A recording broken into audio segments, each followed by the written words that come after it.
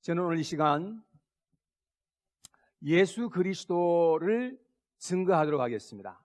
예수 그리스도에 관해서라기보다는 예수 그리스도 자신과 예수 그리스도의 존재와 예수 그리스도의 인격을 여러분들에게 증거하는 그런 시간 되기를 원합니다.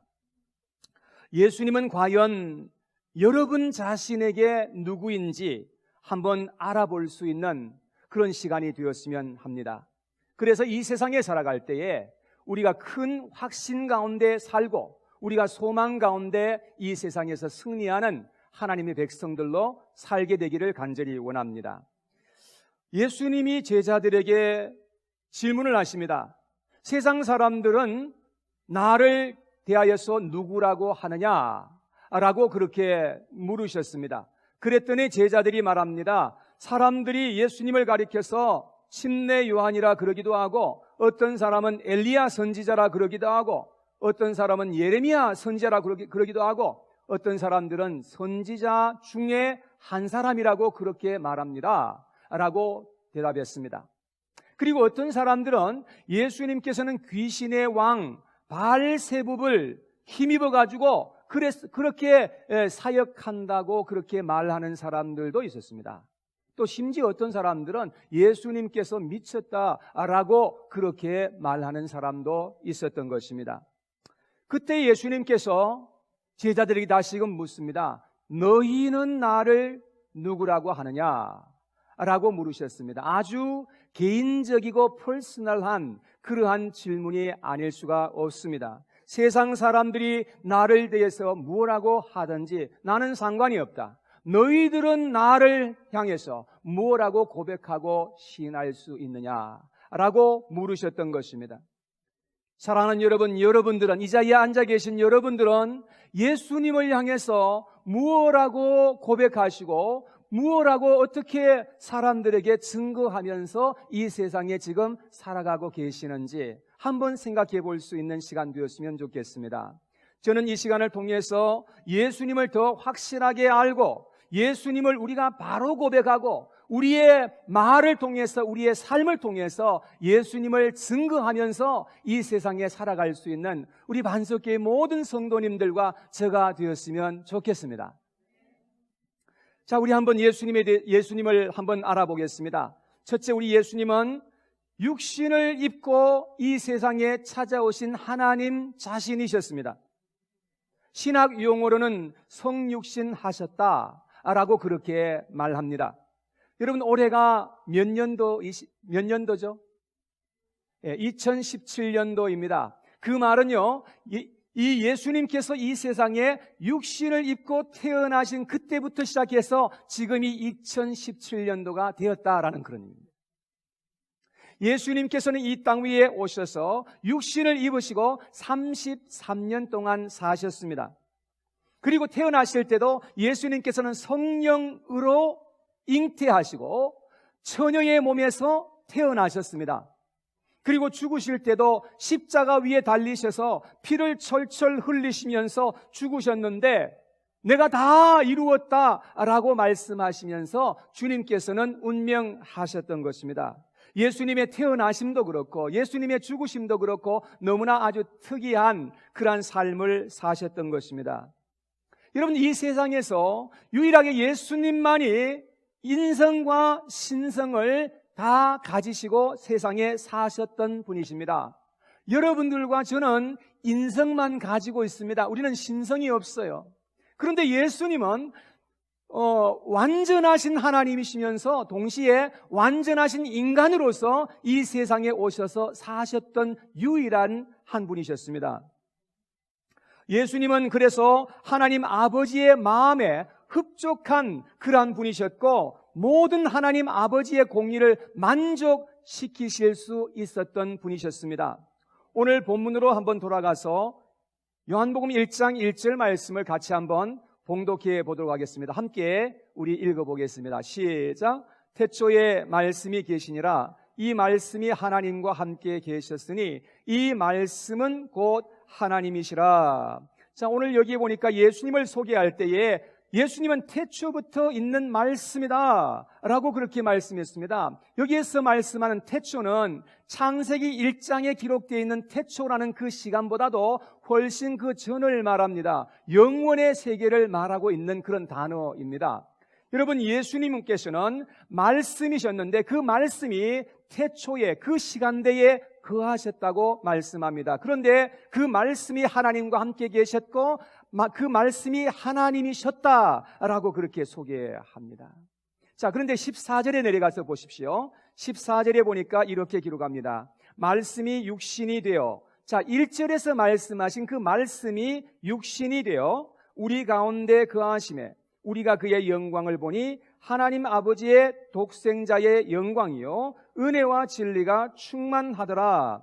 자, 여기에서 1절에서 소개된 이 말씀이 육신을 입고서 이 세상에 내려오셔가지고 장막을 치고 함께 사셨더라, 그렇게 말씀을 합니다.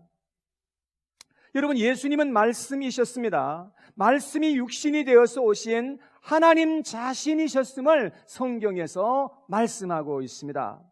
예수님은 육신을 입으시고 33년을 사셨는데 그 육체로 오신 예수님이 바로 하나님 자신이셨다는 것입니다. 너무나 세상에 많은 사람들이 예수님을 알아보지 못했던 것입니다. 요한 1서 5장 20절 말씀에 이렇게 기록합니다. 또 아는 것은 하나님의 아들이 이르러 우리에게 지각을 주사 우리로 참된 자를 알게 하신 것과 또한 우리가 참된 자 곧 그의 아들 예수 그리스도 안에 있는 것이니 그는 참 하나님이시요 영생이시라. 예수님은 참 하나님이시며 영생이라고 성경은 이렇게 말씀을 하십니다. 여러분, 육체로 33년 동안 사셨던 그 예수 그리스도, 그분은 근본이 하나님 자신이셨던 것입니다. 여러분, 예수님이 바로 하나님이셨습니다. 두 번째뿐만 아니라 예수님은 창조주이십니다. 예수님은 창조 세계의 피조물이 되셔서 자신이 이 세상에 찾아오셨던 것이죠. 본문 오늘 2절과 3절 말씀을 같이 한번 읽어보겠습니다. 시작. 그가 태초에 하나님과 함께 계셨고 만물이 그로 말미암아 지은 바 되었으니 지은 것이 하나도 그가 없이는 된 것이 없느니라. 자, 여기에 보니까 예수님은 직접 모든 것을 창조하시고 만드셨던 분이셨음을 말씀합니다. 여러분, 예수님께서는 우리가 지금 눈으로 보고 눈으로 볼 수 없는 그 모든 것을 다 주님께서는 창조하셨습니다. 여기 계신 여러분들과 저를 예수님이 만드셨다는 것입니다.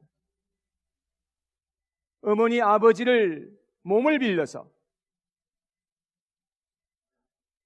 여러분, 이 세상에 우리가 태어난 것은 그저 아버지 어머니에 의해서 태어난 것이 아니라 하나님의 어떤 그런 계획과 하나님의 섭리 속에서 우리가 이 세상에 태어났다는 것을 우리는 기억해야 되는 것입니다. 그런데 예수님은 자신이 만드신 피조물인 우리와 동등한 모습을 입으시고 이 세상에 뛰어드셨던 것입니다. 역사의 수레바퀴 속으로 예수님 자신이 뛰어들어 오셨던 것입니다. 그리고 우리를 향해서 친구라고 말씀해 주십니다. 내가 너희의 친구다. 너희들은 나의 동생이다 라고 말씀하십니다. 예수님께서는 맏아들로 태어나셔서 우리를 이제 예수님의 그 동생들로 그렇게 인도하시고 우리와 함께 그렇게 연합하도록 하셨던 것입니다. 그래서 빌립보서 2장 5절 이하에 보니까 이렇게 기록하고 있습니다. 너희 안에 이 마음을 품으라. 어떤 마음입니까? 곧 그리스도 예수의 마음이니 그는 근본 하나님의 본체시나 하나님과 동등됨을 취할 것으로 여기지 아니하시고 오히려 자기를 비워 종의 형체를 가지사 사람들과 같이 되셨고 사람의 모양으로 나타나사 자기를 낮추시고 죽기까지 복종하셨으니 곧 십자가에 죽으심이라. 여러분, 예수님은 육체를 입으시고 오신 것도 모자라서 종의 그 모습으로 종의 형체로 자기 자신을 낮추셨다고 말씀합니다. 그리고 냄새나는 마구간에서 그렇게 태어나셨던 것입니다. 그리고 오늘 이 빌립보서의 말씀을 보니까 예수님을 믿는 우리들도 예수님처럼 이러한 마음과 자세로 이 세상에 살아갈 것을 부탁하고 있는 것입니다. 너희도 이 마음을 품으라 라고 우리에게 도전하고 있는 것입니다. 육체로 오신 예수님이 나를 만드신 창조주 하나님이신 것임을 여러분 기억하면서 우리가 이 세상에 살아가야 할 줄로 믿습니다. 예수님이 나의 생명의 시작이십니다. 지금도 예수님이 나를 붙들고 계신 하나님이시고 주님께서 나를 존재케 하시는 분이시라는 것을 기억하시길 바랍니다. 내 혼자의 힘으로 내 스스로 이렇게 존재하는 것이 아니라 예수님이 우리를 붙드시고 우리를 존재케 하시는 그런 하나님이시라는 것입니다. 골로새서 1장 15절 16절 말씀에 보니까 이렇게 기록합니다. 예수님은 보이지 아니하는 하나님의 형상이요 모든 피조물보다 먼저 나신 이시니 만물이 그에게서 창조되되 하늘과 땅에서 보이는 것들과 보이지 않는 것들과 혹은 왕권들이나 주권들이나 통치자들이나 권세들이나 만물이 다 그로 말미암고 그를 위하여 창조되었고 또한 그가 만물보다 먼저 계시고 만물이 그 안에서 함께 서느니라. 여러분, 예수님께서는요 우리의 눈으로 볼 수 있는 모든 것과 우리의 눈으로 보지 못하는 그 모든 것과 땅에 있는 것과 하늘에 있는 모든 것들을 주님께서 창조하시고 주님으로 말미암아서 창조되고 주님을 위하여서 창조되었다라고 그렇게 기록하고 있는 것입니다. 사랑하는 여러분, 예수님이 바로 창조주 하나님이시며 예수님이 바로 여러분과 나를 지으신 하나님이신 것임을 믿으시기를 축원합니다. 그 다음 세 번째, 예수님은 하나님 자신이시며 창조주이실 뿐만 아니라 우리의 구원자 되시는 하나님이라고 말씀합니다. 예수님은 하나님이시고 창조주이신데 우리를 구원하시기 위해서 특단의 방법을 가지시고 이 세상에 오셨다는 것입니다. 하나님은 우리를 구원해 주시기 위해서 약속하시고 오랜 세월을 준비하셨습니다. 여러분, 우리의 구원은 하루아침에 이루어진 것이 아닙니다. 하나님이 오랜 세월 동안 계획하시고 준비하셨던 것입니다. 그리고 때가 되어서 예수님은 약속의 아들로 이 세상에 오셨던 것입니다. 여러분, 이 세상에는요 자기가 스스로 자칭 구원자라고 하는 사람들이 얼마나 많은지 모릅니다. 때나 개나 자기가 구원자라고 그렇게 사람들을 속이고 미혹하는 그런 사람들이 너무 많습니다. 지금 이 시간도 많습니다. 자기가 구원자라는 거예요. 그런데 우리가 기억해야 될 것은 그들은 하나님이 약속하신 아들이 아니라는 것을 알아야 되는 것입니다. 여러분, 하나님께서 아브라함에게 아들을 약속하셨죠. 내가 너에게 아들을 주겠다. 그래서 아브라함은 믿었죠. 그래서 하나님을 계속해서 기다립니다. 기다리는데 10년이 넘어가도 하나님께서 아들을 안 주시는 거예요. 그래가지고 이거 하나님이 안 주시는가 보다, 이게 포기하는 거예요. 그래서 자기의 집에서 정말 종으로 길리운 그러한 자들 중에서 아주 충성스러운 엘리에셀이라는 사람이 있었는데 이 사람을 자기의 상속자로 삼으려고 생각했는데요, 하나님께서 다 아셨죠. 하나님 오셔서 아니다, 내가 너에게 아들 줄 거다 라고 말씀하십니다. 그래서 아브라함은 또 기다렸죠. 기다리고 기다리는데 하나님께서 아들을 안 주시는 거예요. 그런데 문제가 생겼어요. 아브라함의 아내 사라가 경수가 끊겨버린 거예요. 여러분, 여자가 경수가 끊기면 아이를 더 이상 낳을 수가 없다는 말인 것입니다. 그렇게 해서 몇 년이 지나가니까 이거 마음이 조급해지는 겁니다. 그래서 아브라함과 사라가 합작해가지고 쏙닥쏙닥 어떻게 하더니만 아브라함의 그 아내 그 사라의 여종이었던 하갈이라는 여자를 이제 취해서 아브라함이 잠을 자고, 그래서 그 하갈을 통해서 아들을 얻고서 이스마엘이라고 그렇게 불렀어요. 그러면서 얼마나 좋아했는지 몰라. 야, 드디어 하나님께서 아들을 주셨구나. 그러면서 좋아했는데 하나님께서 오셔가 아니다, 그 아들 아니야. 왜? 그 아들은 약속의 아들이 아니기 때문에. 그래서 아브라함이 또 기다리는 거예요. 또 기다리는데 하나님께서 아브라함이 100세가 되고 사라가 90세가 됐는데 그때서야 하나님께서 아들을 주시면서 그 아들이 태어났을 때에 이삭이라고 불렀습니다. 하나님은 바로 이 약속의 아들을 통해서 내가 하늘의 별처럼 해변가의 그 모래알처럼 수없이 많은 그 하나님의 백성들을 일으키겠다고 약속해 주셨던 것입니다. 여러분, 오직 하나님께서는 약속의 아들을 통해서 역사하시리라 말씀하신 것입니다. 여러분, 하나님께서는 4,000년 동안이나 보내시리라고 약속하신 그 아들을 통해서 수많은 이 세상의 민족들과 수많은 백성들과 방언들을 구원하셔서 영원한 하나님의 나라를 이루시겠다는 하나님의 계획이 여기에 들어있는 것입니다. 여러분, 그 약속의 아들, 하나님께서 약속하셨던 그 약속의 아들이 바로 예수 그리스도이시라는 것입니다. 요한복음 3장 16절에 하나님이 세상을 이처럼 사랑하사 어떻게 해요? 독생자를 주셨다는 겁니다. 독생자를. 왜요? 왜 하나님께서 그 약속의 아들, 그 하나님의 독생자 아들을 주셨을까요? 하나님이 세상을 사랑하셨기 때문에. 우리를 하나님께서 너무나 사랑하셔서 그 하나님의 아들을 육체로 삼으시고 이 세상에 보내셨다는 거예요. 그래서 우리가 마땅히 죄 때문에 멸망할 수밖에 없었는데 멸망하지 않게 하실 뿐만 아니라 우리에게 영생을 주시려고 그 약속의 아들을 세상에 보내셨다고 그렇게 말씀하고 있는 것입니다.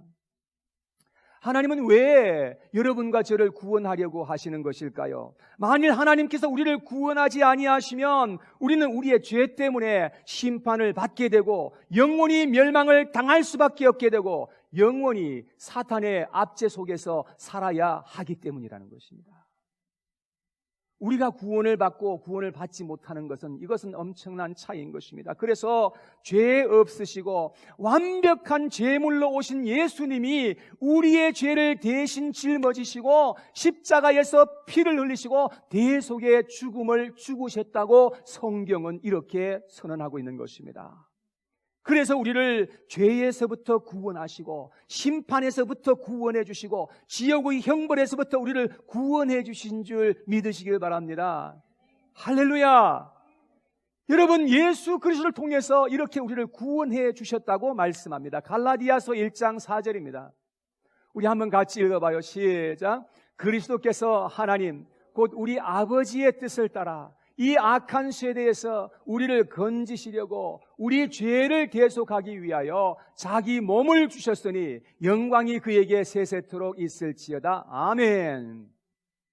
여러분, 예수님께서는 이 악한 세대에서부터 우리를 건지시려고 우리를 죄에서부터 대속해 주시기 위해서 자기의 몸을 십자가에 그 제물로 내어주셨다고 그렇게 말씀하고 있지 않습니까? 예수님은 우리를 이 악한 시대에서 이 죄악된 이 세상에서부터 우리를 건져주시는 것이 목적이에요.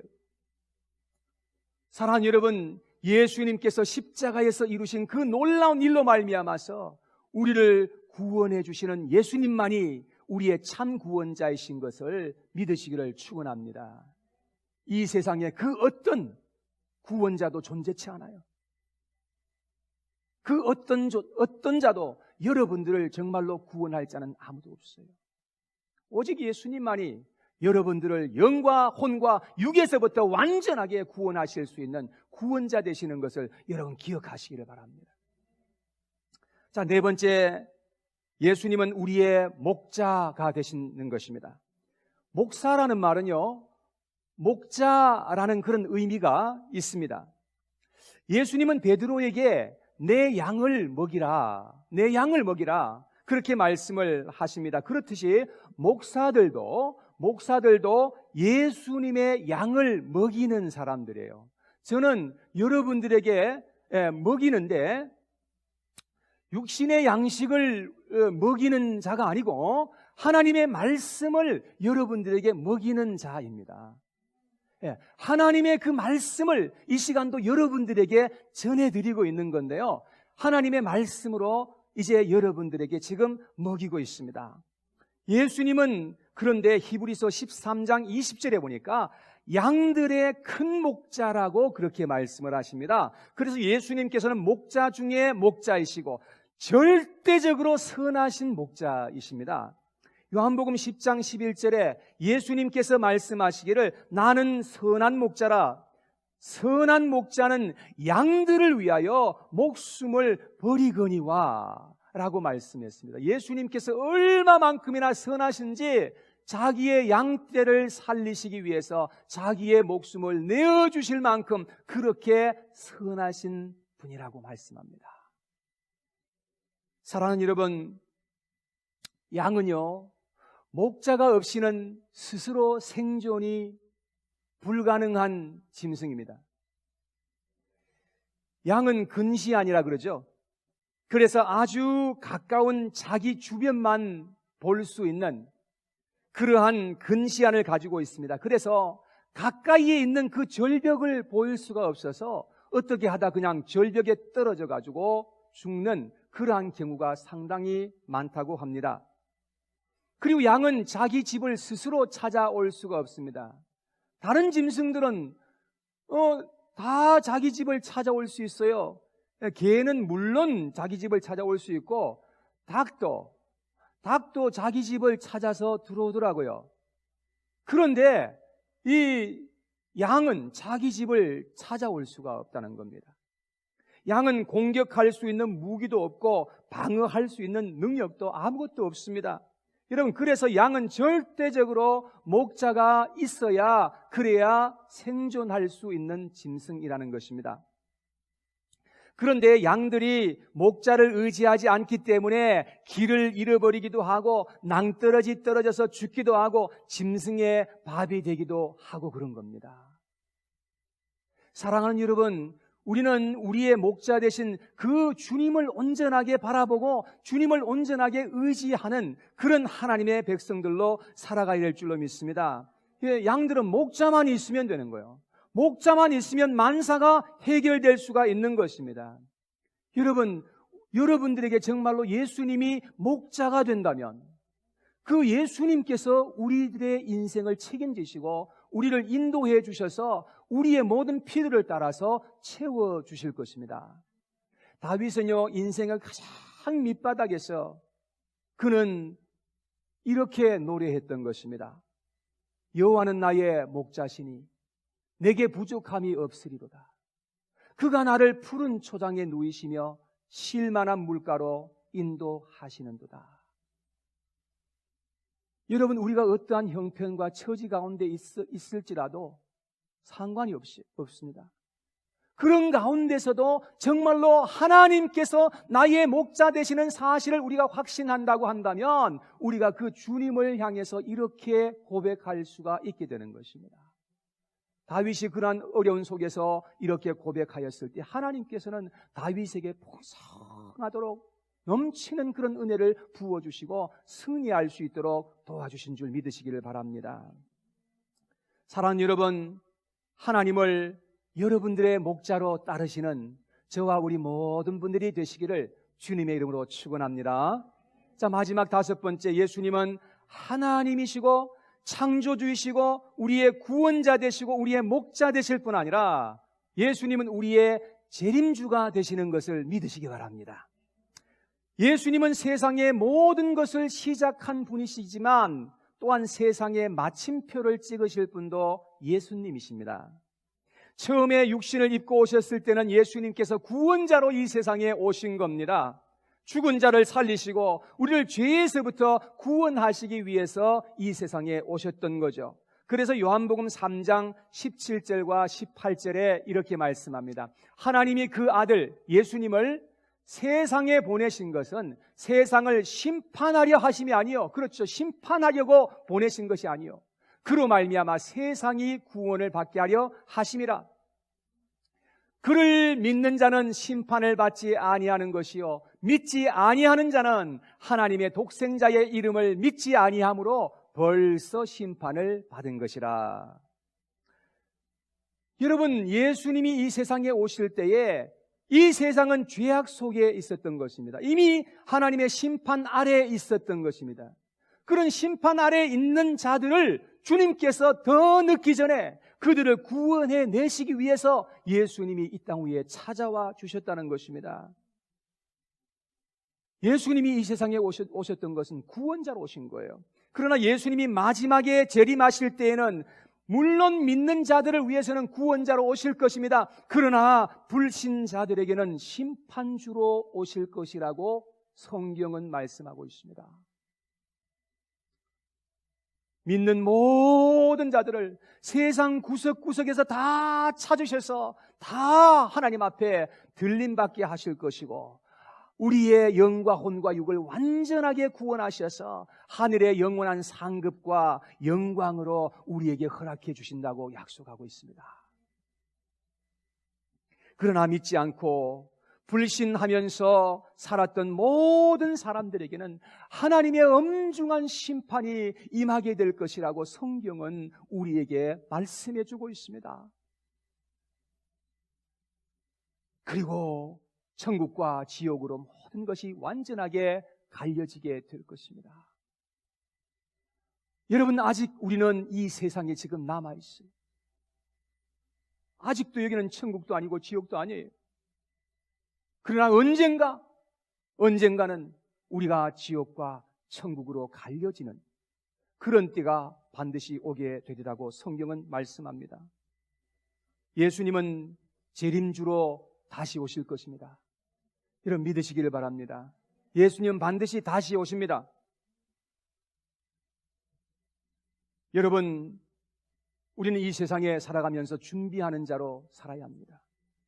이 짧은 세상에 살면서 허황되고 어리석고 미련하게 속아서 그렇게 살아가는 존재가 아니라 신랑을 기다리던 지혜로운 다섯 처녀처럼 우리는 어떻게 하든지 지혜롭게 슬기롭게 이 세상을 살아가야 한다고 말씀하고 있습니다. 사랑하는 여러분, 예수님은 다시 오십니다. 반드시 다시 오십니다. 예수라는 이 이름의 뜻은 여호와는 구원이시다라는 뜻입니다. 그리스도라는 이 이름의 뜻은 기름 부음을 받은 자다라는 뜻입니다. 그래서 예수님은 구원자로서 하나님께 기름 부음을 받으시고 이 세상에 오신 분이라 하는 그런 의미가 있습니다. 그러므로 우리는 예수님을 믿고 신뢰해야만 우리의 삶에 소망이 있다는 것을 여러분 기억하시기를 바랍니다. 예수님은 우리의 모든 것이 되시고 우리의 모든 필요를 또한 채워주실 수 있는 분이 바로 예수님이십니다. 예수님은 전능하신 하나님이십니다. 예수님은 모든 것을 다 창조하신 창조주 하나님이시고 여러분과 나를 창조하신 분이십니다. 우리의 구원을 위해서 예정되신 완전한 구원자이십니다. 죽은 자 가운데서 부활하신 예수님은 우리와 항상 함께 거하시고 우리를 떠나지도 아니하시고 버리지도 아니하시고 우리와 함께 하셔서 지금 이 시간도 인도해 주시는 우리의 목자이신 것을 믿으시기 바랍니다. 그리고 우리를 영원한 하나님의 나라로 인도해 주실 수 있는 그런 재림주이신 것입니다. 요한계시록 1장 7절과 8절에 이렇게 말씀합니다. 볼지어다 그가 구름을 타고, 여러분 예수님이 구름을 타고 다시 오시리라. 각 사람의 눈이 그를 보겠고 그를 찌른 자들도 볼 것이요 그를 대적하고 그를 공격한 그런 사람들까지도 다 보게 될 것이라고 말씀합니다. 땅에 있는 모든 족속이 그로 말미암아 애곡하리니 그러하리라. 아멘. 왜 애곡합니까? 그들은 들림받지 못했기 때문입니다. 구원받지 못했기 때문입니다. 하나님의 심판으로 말미암아 애곡하리라고 말씀합니다. 주 하나님이 이르시되 나는 알파와 오메가라. 이제도 있고 전에도 있었고 장차 올 자요 전능한 자라 하시더라. 그리스 말에 그 알파벳의 제일 첫 번째 글자가 알파입니다. 그리고 제일 마지막 글자가 오메가입니다. 예수님께서 알파와 오메가 되신다는 것은 예수님이 처음 되시고 마지막이 되신다는 그런 의미인 것입니다. 예수님께서는 지금도 계시고 전에도 계셨고 장차 오실 자라고 성경은 이렇게 말씀하십니다. 예수 그리스도는 전능하신 하나님이십니다. 여러분들은 예수님을 어떻게 고백하시고 시인하십니까? 여러분들은 과연 예수님을 이러한 분으로 여러분들은 정말로 매일같이 고백하시면서 살아가십니까? 누가 뭐라고 한다 하더라도 여러분들 이렇게 예수님을 고백할 수 있으십니까? 만일 여러분과 제가 예수님을 이러한 자로 우리가 고백하고 그분을 시인하고 그분을 증거하며 이 세상에 살아간다면 우리는 틀림없이 하나님 앞에서 승리자가 될 것이요 하나님의 영광 가운데서 이 세상에 살아가게 될 줄로 믿습니다. 우리는 예수님을 더 깊이 알아가며 체험하며 우리가 마음을 다해서 그분을 따라가야 하는 것입니다. 그리할 때 우리의 인생은 소망이 있게 될 것이고 우리는 틀림없이 하나님께서 약속하신 그 모든 말씀을 따라서 우리는 이 세상에서 승리자가 반드시 되게 될 줄로 믿습니다. 자, 오늘 주신 말씀을 생각하면서 함께 우리가 기도했으면 좋겠습니다. 자, 우리 이 시간 주님 앞에 먼저 찬양하고 그리고 함께 말씀을 생각하면서 같이 주님 앞에 헌신하면서 나갔으면 좋겠습니다. 예수님은 죽은 자 가운데서 부활하시고 살아나셨습니다. 그래서 지금 이 시간도 우리와 함께 하시고 우리를 친히 인도해 주시는 우리의 목자 되십니다. 그리고 다시 오실 그 재림주가 되시는 것입니다. 이 시간 한번 주님 앞에 찬양하면서 나가시겠습니다.